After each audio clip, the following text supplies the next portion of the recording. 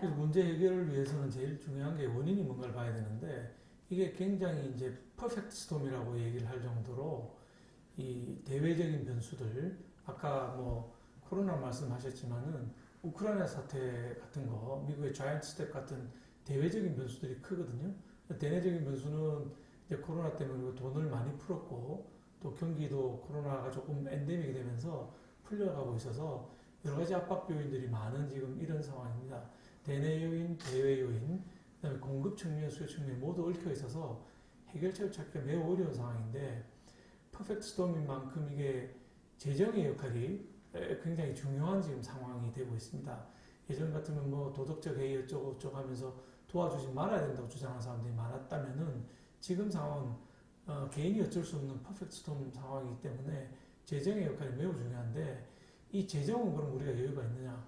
가계부채, 기업대출, 재정 모두 2천조 부근에서 지금 상태를 보이고 있는 거기 때문에 이거를 극복하는 재정의 역할마저도 제한될 수가 없습니다.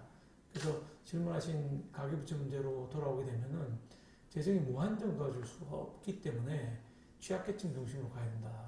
저소득, 저신용, 또 연끌 하신 분들, 어르신들, 소득이 별로 없는 어르신들 이런 분들은 사실 조그마한 부채가 있다 하더라도 이게 눈덩이처럼 커질 수가 있는 거거든요. 갚지를 못하게 되면. 게다가 금리가 또 지금 자이언트 스텝 위에 올라가고 있는 상황 아니겠습니까? 우리도 따라올 수밖에 없는 상황인데 그렇게 되면 사실 1,000만 원, 2,000만 원 빚이 있던 사람들도 금방 눈덩이처럼 불어나서 완전 신용불량으로 떨어질, 나락으로 떨어질 가능성이 있기 때문에 없는 재정으로 모두를 도와줄 수는 없고 이 취약 차주라고 할 수 있는 저소득, 저신용, 뭐 어르신들, 연끌한 세대들 이런 쪽으로 집중적으로 도와줄 수밖에 없는 게 아닌가 이렇게 보고 있습니다. 네.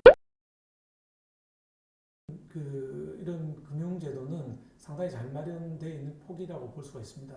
다만 이제 정부나 공공금융기관들 또 민간금융기관들이 이 책임지고 할 수 있는 권한을 좀 줘야 되는데 이 부분이 좀 부족하다고 볼 수가 있겠습니다. 그래서 제가 보기에는 이 장기적으로 이 제일 중요한 거는 부채가 급속도로 늘어나지 않도록 관리를 해야 되는 부분이 제일 중요합니다. 완만하게 늘어나도록. 그러면은 지금 제도도 있지만 DSR이라든지 LTI 같은 이 상환 능력에 따른 대출 이 부분이 공공 민간할 것 없이 강조가 되어서 마구 늘어나지 않도록 관리를 해 나가는 것이 이제 장기적으로 중장기적으로는 매우 중요하다고 볼 수가 있겠습니다. 공공 민간의 역할 중에는 예를 들면 이 아까 제가 말씀드린 것처럼 1,000만 원 부채가 있는 사람들 이런 사람들은 과감하게 부채를 인수해서 바로 소각해 버린다든지 하는 탕감 정책을 펴줄 필요가 있습니다. 재정이 크게 들지를 않으면서 또는 금융기관이 그동안에 예대 마진으로 본 큰 수익에 비해서는 굉장히 적은 금액인데 피해를 보는 분들은 걷잡을 수 없이 커질 수가 있는 부분이 있거든요. 이런 거를 소각해주면 또 배임 문제가 발생할 수 있기 때문에 이걸 제도적으로 풀어줘야 되는 것이죠. 그런 부분이라든지 뭐 금융권에서 앞으로 이제 이 기관은 이 회사는 좀 아웃시켜야 되겠다. 좀비 기업에 불과하기 때문에 퇴출시켜야 되겠다. 구조조정 시켜야 되겠다 하는 그런 결정을 과감하게 하고 또는 반대로 이 기업은 재무성은 좋지 않지만 사업성이 괜찮기 때문에 계속 대출을 해주되 저금리로 대환을 해주는 게 좋겠다. 이런 판단을 하면 그 책임 문제가 뒤에 발생하게 되면 아무도 안 하거든요. 지금 금융기관이 이제 그런 문제가 있거든요. 너무 안전하게만 가려고 그런다. 비가 오면 우산을 치워버린다. 이런 얘기들 하지 않습니까? 그런 걸 하지 않으려면은 일정한 부분에 대해서 면책을 해주는 방식을 해줘야 과감하게 지원이 가능할 거라고 보고 있습니다. 이런 부분은 앞으로 입법이 필요한 부분이 되겠습니다.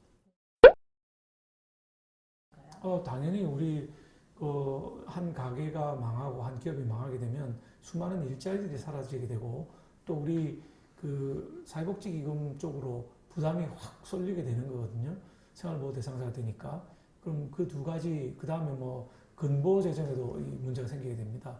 연쇄적으로 많은 것들이 일어나게 되기 때문에 바로 파산을 시키기보다는 괜찮은 기업들에 대환을 해준다든지 부채를 탕감한다든지 정도까지도 부채 탕감은 도덕적 해이 문제 때문에 반대하는 사람이 굉장히 많습니다만 지금 제가 보기에는 지금 상황이 매우 어려운 상황이기 때문에 개인이 어쩔 수 없는 부분들 그 다음에 규모가 크지 않은 작은 부채 가계부채 부분은 탕감도 그 고려해야 정도의 상황이라고 보는 것입니다.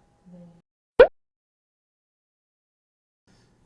역시 마찬가지겠죠. 취약계층에 대한 이 도움 이건데 캔코의 역할이 매우 중요합니다. 캔코는 가계대출이라든지 또는 중소기업들 이런 기업들의 불량한 부채 이런 거를 인수를 해가지고 기업들을 도와주는 역할을 하고 있거든요. 또는 기업들이 파산 직전에 자기들이 가진 자산을 매각을 해버리려는 수를 쓰고 있는데 그런 것들을 캔코가 나서서 자산을 인수하고 다시 이제 임대해주는 재임대 방식 이런 것들을 적용해 왔거든요. 잘해왔고 그렇다면은 이번 위기 상황에서는 캔코의 자본금을 좀 더 늘린다든지 해서 이런 역할을 좀 더 적극적으로 할 수 있도록 경험 있는 기관에서 더불어 민간 금융기관들도 이런 공적인 역할을 이번에는 좀 하도록 저희가 부탁을 드려야 될 거라고 생각합니다. 법적으로 어떻게 할 수는 없지만은 민간 기업이기 때문에 그러나 이런 금융 시스템 전체가 붕괴되면 민간 금융기관들도 피해가 가기 때문에 이런 그 퍼펙트 스톰 상황에서는